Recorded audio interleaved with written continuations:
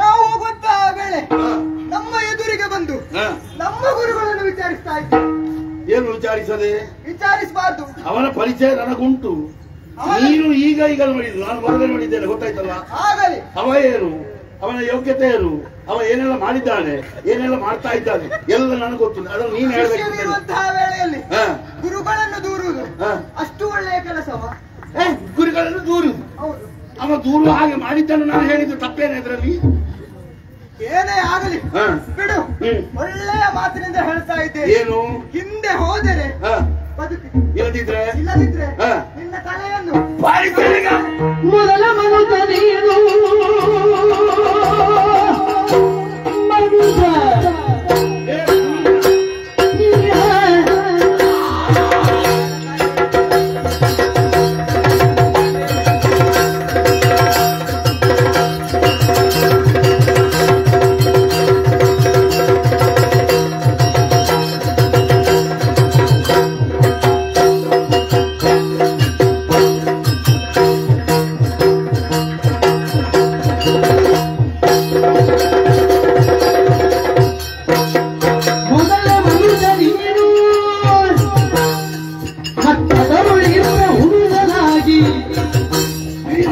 ಪಗುಳದಿಂದ ತಿಂಬೆನು ತೊದರ ಲಾಕ್ಷಣ, ಪಗುಳದಿಂದ ತಿಂಬೆ ಎಂದೊದರ ಲಾಕ್ಷಣ.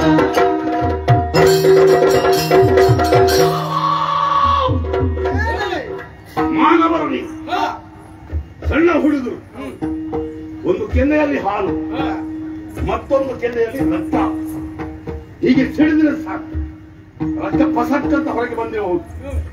ಅಂತಹ ಸ್ಥಿತಿಯಲ್ಲಿ ನೀವಿದ್ದೀರಿ ಹೊಸಳೆಗಳು. ಏನೋ ಅವರ ಪರವಾಗಿ ನೀವು ಮಾತನಾಡುವುದಕ್ಕೆ ಪ್ರಾರಂಭ ಮಾಡಿದ್ದೀರಾ? ಅವ ನಿಮಗೆ ಗುರು, ಒಳ್ಳೆಯದೇ. ಅವ ಹೇಳಿಕೊಟ್ಟದನ್ನೆಲ್ಲ ಕಲಿಯಿರಿ, ಆದ್ರೆ ಸ್ವಲ್ಪ ಜಾಗೃತೆಯಾಗಿ ಕಲಿಯಿರಿ. ಅವ ಏನೆಲ್ಲ ಮಾಡ್ತಾನೆ ಅಂತ ಹೇಳುವುದಕ್ಕಾಗುವುದಿಲ್ಲ. ನಾನು ಹೇಳ್ತೇನೆ ಕೇಳು. ನಾನು ಹಾಗೆ ಒಳ್ಳೆಯ ಮನಸ್ಸಿನವಳೆ, ನಾನು ಮಕ್ಕಳ ಪ್ರೇಮಿ, ಗೊತ್ತಾಯ್ತಲ್ಲ. ಎಂತದಾಗಲಿ ನನಗೂ ಇಬ್ಬರು ಮಕ್ಕಳಿದ್ದಾರೆ. ಅವರನ್ನು ಪ್ರೀತಿಯಿಂದ ಸಾಕುತ್ತಾ ಇದ್ದೇನೆ, ಸಲಹುತ್ತಾ ಇದ್ದೇನೆ. ಅವರ ಜೊತೆಯಲ್ಲಿ ನಿಮ್ಮಿಬ್ಬರನ್ನು ನಾನು ಸಾಕುತ್ತೇನೆ, ಗೊತ್ತಾಯ್ತಲ್ಲ. ನನ್ನ ಮಕ್ಕಳ ಜೊತೆ ನೀವು ಆಟವಾಡ್ತಾ ನನ್ನ ಬಳಿಯಲ್ಲಿ ಇದ್ರೆ ನಿಮಗೆ ಆಯುಷ್ಯ ಇದೆ, ಇಲ್ಲದಿದ್ದರೆ ಪರಿಣಾಮ ಏನಾಗ್ತದೆ ಗೊತ್ತಾ? ಎರಡು ಕೈಯಲ್ಲಿ ನಿಮ್ಮಿಬ್ಬರ ಎರಡು ಕಾಲನ್ನು ಹಿಡಿದು ನೆಲ ಕಪ್ಪಳಿಸಿ ಮಾಂಸದ ಮುದ್ದೆ ಮಾಡಿ ನಿಂಗು ಬಿಟ್ಟೆ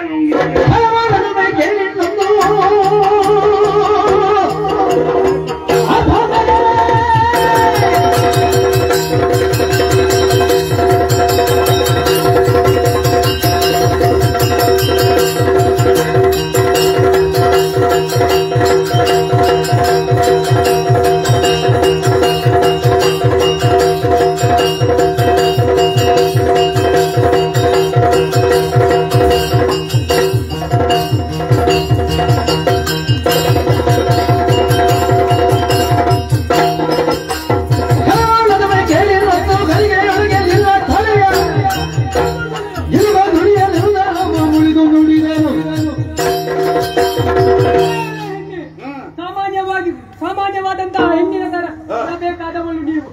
ಆದರೆ ಹೆಚ್ಚ ಗಂಟಕರಾಗಿ ಮುಂದುವರಿತಾ ಇದ್ದೀರಾ. ನಿನಗೇನಾದ್ರೂ ತೊಂದರೆ? ನಮಗೆ ತೊಂದರೆ ಉಂಟು. ಯಾಗ ಮಾಡುವುದವರು? ಹೌದು ಅಲ್ವಾ? ಲೋಕರಕ್ಷಣೆಗೆ ಬೇಕಾಗಿ ಮಾಡುವವರು. ಯಾವ ಕರ್ಮದ ಲೋಕರಕ್ಷಣೆ? ಏನಾಗಿದೆ ಇದು ಗೊತ್ತಾ ನಿನಗೆ? ಏನಾಗಿದೆ? ಪ್ರಪಂಚದಲ್ಲಿ ಆಗಬಾರ್ದೆಲ್ಲ ಆಗುತ್ತಾ ಇದೆ.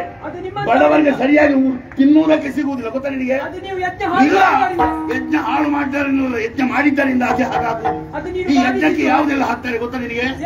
ಹಣ್ಣು ಹಂಪಲೆಲ್ಲ ಹಾಕ್ತಾರೆ, ಬೆಣ್ಣೆ ತುಪ್ಪ ಎಲ್ಲವನ್ನು ಸುರಿಯುತ್ತಾರೆ. ಯಾಕೆ ಸುಡಬೇಕು? ಯಾಕೆ ಸುಡಬೇಕು? ಅದರ ಬಡವರಿಗೆ ಕೊಟ್ಟರೆ ಹೊಟ್ಟೆ ಸಿಗ್ತದೆ ತುಂಬ ಅದಕ್ಕೆ. ಎಂತದು? ಅದಕ್ಕಿಂತ ಹೆಚ್ಚಿನದು ಮತ್ತೆ ಸಿಗ್ತದೆ ಅದಕ್ಕೆ. ನಿನ್ನ ಕರ್ಮ ಸಿಗ್ತದೆ, ಮತ್ತೆ ಹುಡುಕಿಕೊಂಡು ಹೋಗ್ಬೇಕಷ್ಟೇ. ಏ ಹುಡುಗ, ಅವ ಏನು ಮಾಡಿದ? ನೀನು ಅದನ್ನು ಹೊಗಳುವುದಕ್ಕೆ ಪ್ರಾರಂಭ ಮಾಡಿದ್ರೆ ಪರಿಣಾಮ ನೆಟ್ಟಗಾಗುವುದಕ್ಕೆ ಸಾಧ್ಯವಿಲ್ಲ. ಯಾಗ ಯಜ್ಞದಿಂದ ಲೋಕ ಉದ್ಧಾರ ಆಗುವುದಿಲ್ಲ, ಗೊತ್ತಾಯ್ತಲ್ಲ? ಒಳ್ಳೆ ಮನಸ್ಸಿರ್ಬೇಕು. ಒಳ್ಳೆಯ ಮನಸ್ಸಿನಿಂದ ದಾನವನ್ನು ಮಾಡಿದ್ರೆ ಅದರಿಂದ ಲೋಕ ಉದ್ಧಾರ ಆಗುತ್ತದೆ. ನಿಮ್ಮ ಮಕ್ಕಳನ್ನು ಮರಳು ಮಾಡಿ ಇಲ್ಲಿ ಕರ್ಕೊಂಡು ಬಂದಿದ್ದಾರೆ. ನಿಮ್ಮ ಅಪ್ಪ ಅಮ್ಮಂದರಿಗೆ ಮಕ್ಕಳಿಲ್ಲ ಅಂತ ಮಾಡಿಬಿಟ್ಟಿದ್ದಾರೆ. ಇವು ಪಾಪಿ, ಇವನನ್ನು ಬಿಡುವುದಿಲ್ಲ, ನಿಮ್ಮನ್ನು ಬಿಡುವುದಿಲ್ಲ.